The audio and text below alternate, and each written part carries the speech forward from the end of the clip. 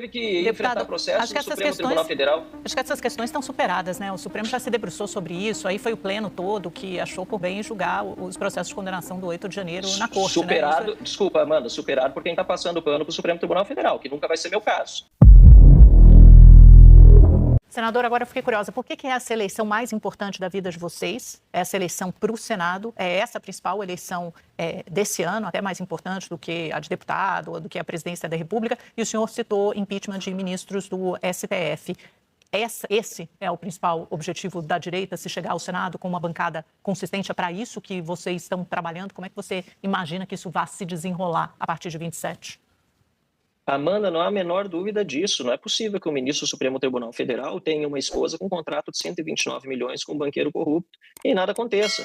Ou que outro ministro do Supremo Tribunal Federal tenha um resort que venda para um fundo ligado a esse mesmo banqueiro corrupto. Ou que a gente veja uma série de desrespeitos à Constituição, à lei, simplesmente para fazer com que esse projeto de poder do PT, que está em consórcio com o STF, se consolide. Nós temos um ambiente deteriorado democraticamente. Eu, que sou parlamentar, sou deputado federal, fui investigado pela Polícia Federal por um discurso que eu fiz na tribuna denunciando o policial federal. E hoje posso vir a ser réu do Supremo Tribunal Federal em virtude disso. Há jornalistas perseguidos. A imprensa hoje no Brasil, lamentavelmente, não se expressa mais como se expressava no passado. E isso tudo passa pela hipertrofia do Supremo Tribunal Federal, ou seja, pelo exagero, pelo excesso, pela intromissão nas atribuições legislativas, inclusive decisões monocráticas que passam por cima das decisões do Congresso Nacional.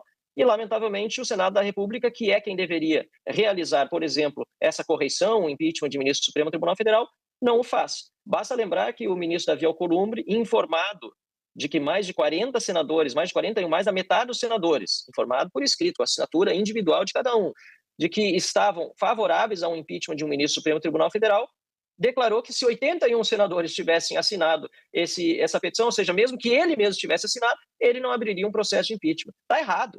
Candidato, quando o senhor fala em impeachment de ministros do STF, é no plural? O senhor citou pelo menos 2 aí na sua descrição. Quantos o senhor imaginaria? Porque o próximo presidente da República, acho que já pode definir 3 ou 4. Eu acho que o Gilmar Mendes se aposenta lá no finalzinho, acho que não fica ainda para o próximo presidente da República. Acho que era no finalzinho ali de 2030, então acho que não daria tempo. O Flávio sempre fala, vou poder indicar 4, eu acho que são 3. Mas, enfim, independentemente da conta, se vocês fizerem impeachment de 1 ou 2 ministros do Supremo, na teoria, o próximo presidente vai poder indicar metade da corte, né?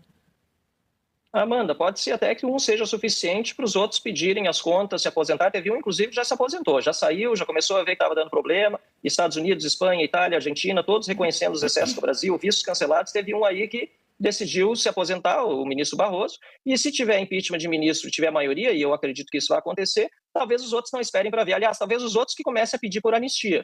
Porque os crimes que eles cometeram são tão graves e são tão de lesa pátria que chega a ser inacreditável que o Brasil esteja passando por isso. Nós tivemos o caso do Clesão, uma pessoa que morreu na Papuda depois de mais de 2 meses de pedido de soltura do Ministério Público que repousou sobre a mesa do ministro Alexandre de Moraes sem que ele fizesse nada. Ele morreu. O Clesão morreu na cadeia, na Papuda, sem que tivesse visto justiça acontecer, sem que os casos tivessem sido individualizados. Nós estamos vendo a dosimetria agora que foi aprovada no Congresso, até agora Alexandre de Moraes não fez nada com ela. Felipe Martins está preso por uma postagem que ele não fez, está preso por uma viagem que ele não fez e que a imprensa toda sabe que não foi feita a viagem. Alguém forjou aquele documento.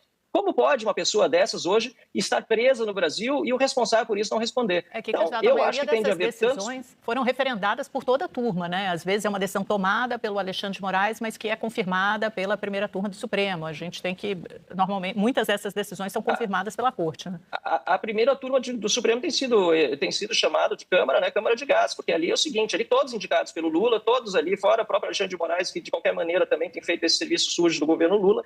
Então, quer dizer, ter sido referendado pelo ex-advogado do Lula, ex-ministro do Lula.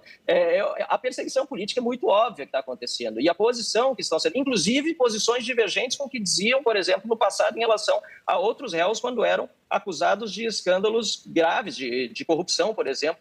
Então, lamentavelmente, nós vemos que esse é um trabalho conjunto que tem sido prestado por uma série de ministros do Supremo Tribunal Federal, que estão julgando, inclusive, Amanda, a maior parte desses casos que eu estou mencionando, sem terem competência para isso. São pessoas sem foro privilegiado.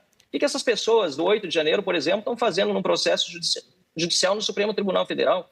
Porque o Lula teve direito a um julgamento em 3 instâncias por corrupção, foi condenado por isso, e depois o Supremo foi lá e anulou, só porque teve um problema no CEP, e não porque tivesse sido absolvido. E o ex-presidente Bolsonaro, que também era ex-presidente quando foi julgado, teve que enfrentar processo no Supremo Tribunal Federal. Acho que essas questões estão superadas, né? O Supremo já se debruçou sobre isso, aí foi o pleno todo que achou por bem julgar os processos de condenação do 8 de janeiro na Corte. Superado, né? Desculpa, Amanda, superado por quem está passando pano para o Supremo Tribunal Federal, que nunca vai ser meu caso. Não estão superados. É a Corte Constitucional do país, o candidato aí, ou a gente respeita as decisões... Mas eu tenho direito à minha opinião no país ou não tenho? Eu tenho direito a respeitar a Constituição ou não tenho? A Constituição precisa ser respeitada tanto por mim como pelos ministros do Supremo. E os ministros do Supremo não estão respeitando a Constituição. Se um Supremo não respeita a própria Constituição que jurou respeitar, eu tenho pelo menos o direito à minha opinião de dizer que estão desrespeitando a Constituição, estão agindo, aliás, contra ela, cometendo crimes de responsabilidade e, por isso, precisam sofrer impeachment. É tudo muito simples, na minha opinião. Agora, lamentavelmente, nós vemos que a própria imprensa, em muitos casos, tem diminuído a importância dessas agressões, desses ataques à Constituição, essas ilegalidades. Ou você acha certo uma esposa de um ministro do Supremo Tribunal Federal ter um contrato de 129 milhões com um banqueiro? Tudo isso foi questionado longamente, intensamente pela imprensa, pode ter certeza. Candidato, deixa eu só fazer... Não, mas eu pergunto a sua opinião. Você acha certo? Você acha que o entrevistado aqui é o senhor. Agora ninguém encontrou uma explicação. A senhora é bem informada. Não, sim, aqui a gente faz análise, dá informação e traz notícia e entrevista o senhor. Candidato, deixa eu fazer só uma última perguntinha, porque infelizmente nosso tempo é entrevista, mas quando eu faço perguntas, o senhor está trazendo opiniões que considera... como se diz, peremptórias, que não cabem em discussão, o que não cabe para quem está entrevistando. Quem está perguntando faz pergunta. Agora, se você se acha no direito, Amanda, com todo o respeito que eu tenho, de fazer análises ou até mesmo afirmações, tentando desfazer as minhas que estão baseadas na Constituição, eu também tenho o direito de lhe fazer perguntas. Não estou desfazendo as suas. Candidato, vamos seguir. Eu não estou desfazendo as suas. Eu só coloquei uma informação que, aliás, é um fato, que o Supremo Tribunal Federal já se debruçou sobre essa questão do foro adequado para julgar os condenados pelo 8 de janeiro. E o Supremo não pode rediscutir o foro adequado? O Supremo não pode rediscutir, eu não posso ter a minha opinião. Eu sou deputado federal. É engraçado que, como deputado federal, eu não posso, inclusive, aprovar uma lei na Câmara que está respaldada pela Constituição e passar pelo Senado e talvez ser sancionada pelo presidente ou vetada e depois derrubada, e questionar uma decisão monocrática de um ministro que sozinho derruba tudo que a gente faz. Candidato... Isso é um absurdo.